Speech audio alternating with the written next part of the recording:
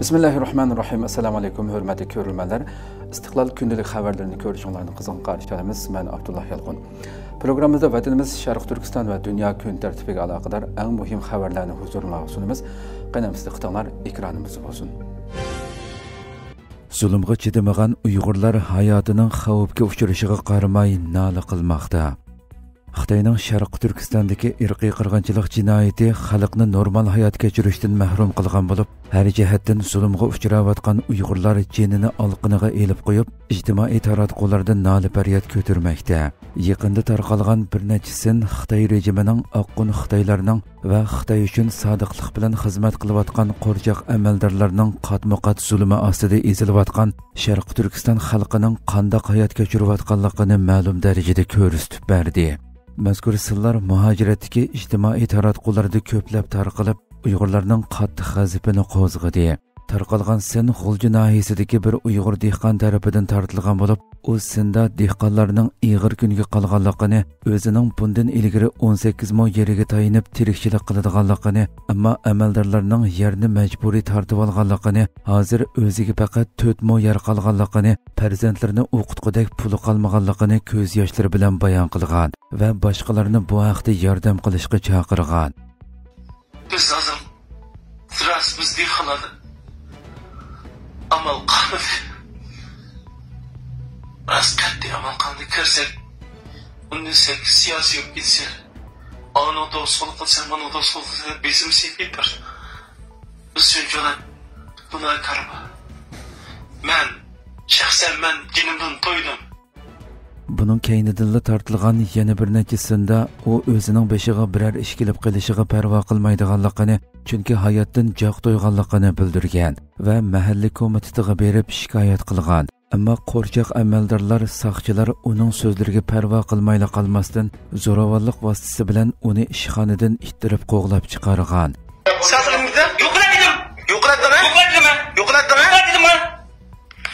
Mening ishqalim yurib qolmaydimi? Seni de qo'rqitayim yo'q. Mana qo'rqitayim yo'q. Pasa bilasan.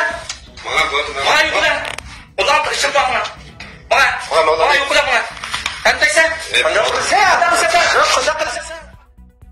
u yana birisida dard to'kib, o'zining hech qanday iqtisodiy qolmaganligini, farzandlarini maktabga avatgudek pulimi qolmaganligini aytgan.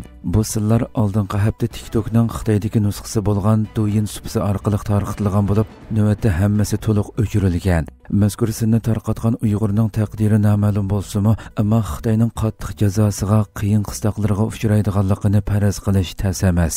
Xitoy yillardan buyon tor dunyosida Xitoyning jinoyatlarini fosh qilgan har qanday ovozni tez sur'atda o'chirib jazolab kelgan bo'lib, sistemalik irqiy qirg'inchilik boshlangandan buyon bu xil nazorat, kontrollik misli ko'rilmagan darajada kuchaytirilgan. Uyg'ur dehqonning hayotining xavfga uchraydiganligini aniq bilib turib, mazkur sillarni tarqatishi Xitoyning terror siyosatining chidog'isiz darajaga berib yetganligini ko'rsatib bermoqda. Halbuki Uyg'urlarning yerlarini majburiy tortib olib, iqtisodiy jihatdan vayron qilayotgan, bostirayotgan Xitoy rejimi Xitoy oqqullarini zo'r miqdorda haqsiz yer, haqsiz uy, yuqori ta'minot bilan Sharq Turkistonga yerlashtirish planini tez sur'atda ijro qilmoqda va kuchab tashviq qilmoqda. Gollandiya parlamentida Sharq Turkiston nomini ishiltish haqida taklif sunildi. Gollandiyaning parlament a'zosi Stefan Van Barli bir taklif loyihasi sunib, Gollandiya hukumatini Sharq Turkiston degan ismni ishlatishga chaqirdi. Gollandiyadagi Denk partiyasining raisi va parlament a'zosi Stefan Van Barli 9 aprel parlamentga bir taklif loyihasi sunib, hukumatning barliq aloqalarida va hujjatlarida Xinjiang degan nomni emas, balki Sharq Turkiston degan ismni ishlatishni talab qildi. U taklif loyihasida Sharq Turkiston atalg'usining tarixiy nom ekanligini, Xinjiangning bo'lsa mustamlika nomi ekanligini, ko'p sondagi Uyg'urlarning Sharq Turkiston degan ismni yaxshi ko'radiganligini, hukumatning barliq aloqalarida Sharq Turkiston degan ismni ishlatishni talab qiladiganligini bildirgan. Gollandiya Uyg'urlar uchun ko'p qatim ovoz chiqargan, shundaqla Uyg'urlar bir qadar ko'p o'ltiraqlashgan Yevropa davlati bo'lib, 2021-yil 2-oyda Gollandiya parlamenti Xitoyning Sharq Turkistondagi jinoyatlarini irqiy qirg'inchilik deb bekitgan edi. Sharq Turkiston atalg'usi Xitoyning tajovuzchilik jinoyatiga, Sharq Turkistonning mustaqilligiga ishorat qiladigan kuchli siyosiy puroqqa ega atalg'u bo'lib, bu sababli barliq davlatlar, jumladan Uyg'urlar haqida ovoz chiqargan qaror ma'qullagan davlatlarmi izchil tariqada Xinjiang Uyg'ur avtonom rayoni degan atalg'uni qo'llanib kelmoqda. Navbatda Gollandiya parlamentiga bu haqda rasmiy taklif loyihasining sunilishi muhim ahamiyatga ega deb qaralmoqda. Tayland Uyg'urlarni topshirgandan keyin Xitoy bilan munosabati texmo quyuqlashmoqda. Tayland hukumati xalqaroning chaqiriqlari va besimiga qaramay 27 fevral 40 Uyg'urni Xitoyga topshirib bergandan keyin Tayland bilan Xitoyning har qaysi sohalardagi munosabati texmo quyuqlashmoqda. Xitoy tashviqot organi Tangritog to'rining xabarida bildirilishicha, Tayland Kasikorun bankisining bosh direktori Chen Bovi 13 aprel Urumchiga ziyoratga borgan bo'lib, atalmish Uyg'ur Avtonom rayonlik partiya komitetining sekretari Ma Shongri qatorliq Xitoy amaldorlari uni alohida kutib olgan. Ikki taraf suhbat jarayonida Xitoy Tayland do'stligining necha ming yildan buyon davomlashib kelganligini ta'kidlagan bo'lib, Ma Shongri Sharq Turkiston bilan Sharqi Janubiy Osiyo Allar ittifoqi va boshqa rayon davlatlariga echib etishni davomli kengaytirganligi, o'zaro manfaat yetkazadigan hamkorlikni kuchaytirganligi, Kasikorun bankisi va Tayland shirkatlarining Sharq Turkiston bilan bo'lgan aloqani texmo kuchaytirib, pul muomala va sanoat hamkorligini cho'nqurlashtirishni umid qilganligi haqida jar solgan. Chen Bovinmo Kasikorun bankisining Sharq Turkiston bilan bo'lgan almashtirish va hamkorlikni kuchaytirganligini, sanoat taraqqiyoti, savdo va mablag' silish uchun texmo ko'p pul muomala mulozimati bilan ta'minlaydiganligini, Sharq Turkistonning o'rin afzalligidan yaxshi foydalanib, O'rta Osiyo, Yevropa qatorliq bozorlarni echishga kuchaydiganligini da'vo qilgan. Undan boshqa Xitoyning Taylanddagi bosh elchixonasi bir necha kun burun Taylandliklarning Yangi yil bayrami hisoblanadigan Songkran bayrami uchun maxsus bir tabrik videosi ham baharlagan bo'lib, mazkur videoda bir Uyg'ur qizning alohida gavdalantirilishi diqqat qo'zg'adi.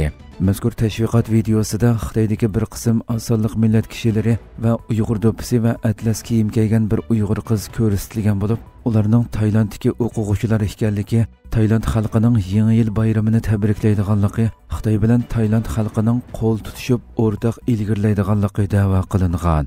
Tayland hukumati 10 necha yildan beri tutib turilayotgan Uyg'urlarni qaytarish niyati yo'q ekanligini bildirgan va xalqaroning besimiga duch kelgan bo'lishiga qaramay 27 fevral 40 Uyg'urni Xitoyga majburiy o'tkazib bergan edi.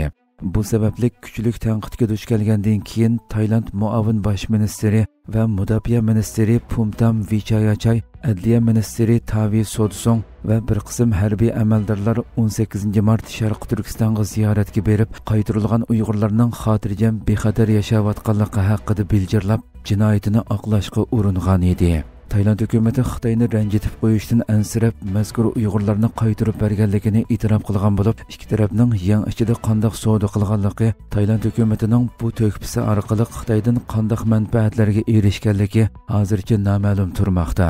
Tayland hukumati 40 Uyg'urni Xitoyga topshirib bergandan keyin jinoyatlarni pardozlash uchun bundan ilgari hech qanday davlatning Uyg'urlarni qabul qilishni xohlamaganligini da'vo qilgan edi.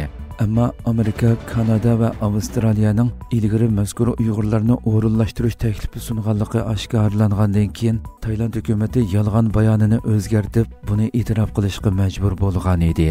Tayland hukumati qolgan 8 Uyg'urning Tayland qonuniga xiloflik qilganligi uchun davomli Taylandda tutib turilayotganligini bildirgan bo'lib, Sharq Turkiston Ulusal manfaat markazining raisi Ruqiya Turdish xonim 12 aprel Facebook hisobida bir uchur ham baharlab, shu kuni Tayland turmasidagi 3 Uyg'urning Kanadaga salomat yetib kelganligini e'lon qildi.